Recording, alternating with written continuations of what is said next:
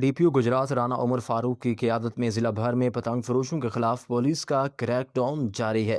जिसके दौरान मुख्तलिफ इलाकों से 4 मुलज़मान को गिरफ्तार करके दर्जनों पतंगें बरामद कर ली गई हैं। तफसीलात के मुताबिक DSP खारियां सर्कल शाहिद महमूद की ज़ेर निगरानी SHO थाना गुलियाना इंस्पेक्टर अब्बास अली ने अपनी टीम के हमरा कार्रवाई करते हुए 3 मुलज़मान को गिरफ्तार किया, जिनके कब्ज़े से 54 पतंगें और धाती डोरें बरामद हुई। जबकि दूसरी जानब सराय आलमगीर में DSP डॉक्टर मुमताज़ अहमद मेकन की ज़ेर निगरानी SHO थाना सिटी राहिल आरिफ और ASI मोहम्मद अशरफ ने कार्रवाई करते हुए मुलज़िम इमरान अरशद को गिरफ्तार करके उसके कब्ज़े से 15 पतंगें बरामद कर लीं। पुलिस ने तमाम गिरफ्तार मुलज़मान के खिलाफ अलग अलग मुकदमात दर्ज करके मज़ीद तफ्तीश शुरू कर दी है।